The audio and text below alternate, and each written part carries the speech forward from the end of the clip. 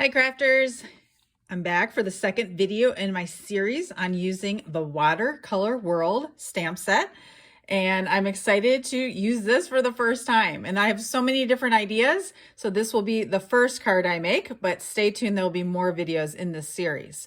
So this stamp set, as you can see here, costs $23, and it is around at least until the end of April, when Stampin' Up! Will be putting out their new annual catalog. So we'll see if this continues or not. But it is a cling background stamp, so it is quite large. And anytime I use a large stamp, I like to use the Stamparatus. So we're going to be taking off the cling stamp and we're going to put it on one of the plates. Okay, so when I do this, I actually sort of set it where I want it here first. And then I put the plate on, come down and pick it up so that I'm ready. So my first idea was to use our Stampin' Right markers and to color them and then try and give it a rainbow look. And so I've taken some brights and some regals, and I'm just going to be coloring the stamp before applying it. So our Stampin' Right markers are sold in sets of 10 by Color Family, or you can buy the whole set in a case. Now, I will tell you that Stampin' Up! Has announced that there is going to be a color refresh starting in the next catalog. So that's exciting to see which colors might be leaving and which colors are going to be staying, and then what new colors will be joining the collection. So these are water-based dye ink. So this technique can be used with these markers only, not our Stampin' blends. The blends are alcohol markers, and you don't want alcohol touching our red rubber stamps. So we're going to just use the brush tip of these markers. As you can see here, there's a fine tip and a brush tip, and you'll just sort of turn it on its side. You don't want to come down this way because that could damage the tip. So you want to turn it on its side and just color lightly. By the time we are finished with this, obviously the ink will be dried. So we will have to re-moisten the ink, and you can do that in a couple different ways. One way is to use the huffing technique, where you're basically going to blow on it so that your air coming out of your mouth moisturizes the ink so that it will stick to your paper. And speaking of paper, I haven't picked a paper yet, so I got to figure out what kind of paper I'm using. So right now I'm just coloring it in a rainbow pattern, and it looks like I probably could have made my rainbow a little bit fatter so that I guess I can go all the way to the end here. I've decided instead of huffing, I am going to get my stamp wet using water. And this is put into a Stampin' Spritzer. You can buy these in a 2-pack for $3.50. And I have lots of different spritzers. Some have water, some have rubbing alcohol, and some have ink put in here so that you can spritz a color of ink. So if I am going to get something wet, I need to use a certain kind of paper. There are two options. The first option is our watercolor paper, and this is 100% cotton, as you see here. It comes in a pack of 10, and the dimensions are 5 by 7. So this is watercolor paper. The second option is our shimmer white cardstock, and this comes in a pack of 10 sheets, 8.5 by 11, and this is meant to absorb water as well, in addition to the shimmer that it gives off. You probably can't see with the plastic wrap still on it, but it does have a shimmer to it. So for this card, I think I'm going to use watercolor paper, and so I'm going to take out one sheet.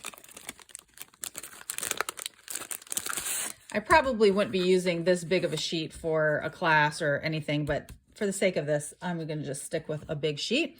And so now we need to moisten our ink. And so I'm going to just use this water in the spritzer to spritz over here and get it all wet. And this is going to actually bleed on to the watercolor paper, but that's sort of the kind of look that I'm going for.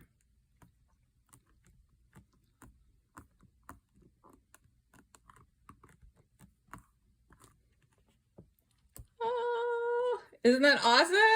I love it. I was actually planning on doing a second stamp by reapplying it and going through that process again, but I think it actually looks pretty good just like that. So I'm probably going to leave it.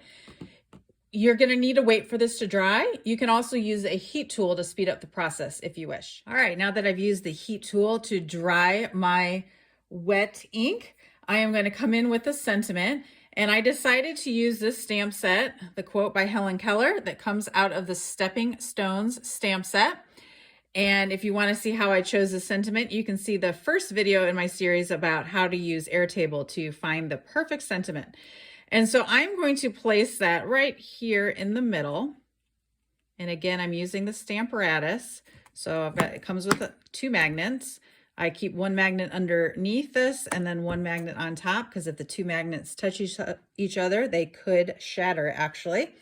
And so I'm going to then come in with a second plate to pick up this stamp. And now I'm going to use black ink. So our Memento is great for this.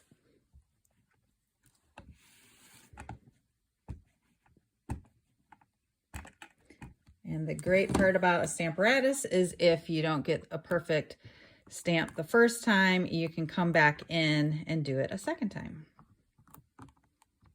So yes, this one actually looks like it needs to be re-inked. So there is a re-inker available for all of our ink pads so that you never find yourself with a dry ink pad. But I am just gonna try it again. I do find too that on the felt pads like Memento, it actually helps to twist it when you're applying, rather than just a flat tap. And again, sorry, I apologize. This ink pad should be re-inked, but instead I'm just gonna try one more time. I think the third time will be the charm.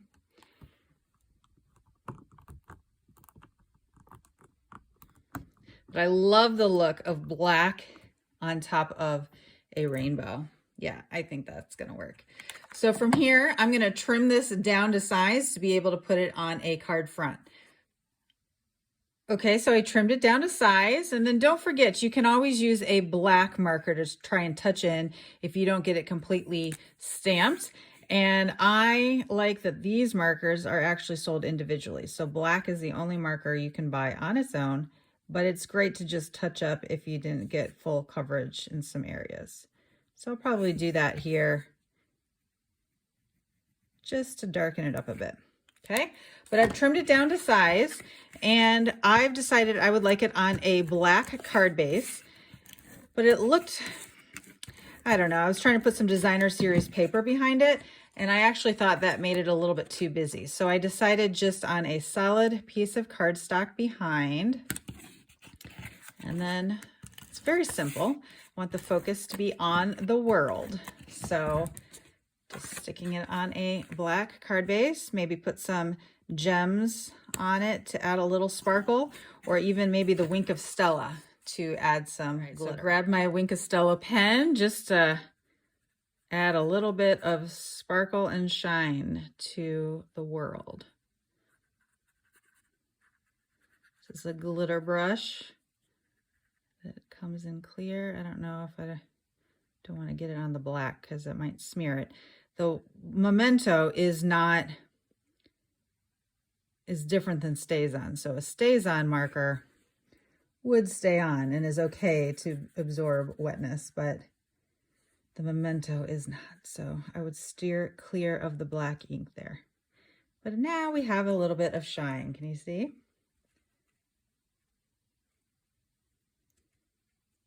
Okay. And then lastly, I had some sequins that were just sitting on my table that did not have a home. So I'm just going to throw those on there using glue dots. These are the kind that come in a paper pumpkin kit. So I don't know if I'll ever have to buy glue dots again, but I keep them and use them for classes if people don't have their own. And this is the pick tool that has many different purposes, but I love it for getting the glue dots off of the sheets. And maybe over here. And then the putty end is great for picking up small embellishments. I might actually, this one flipped upside down on me.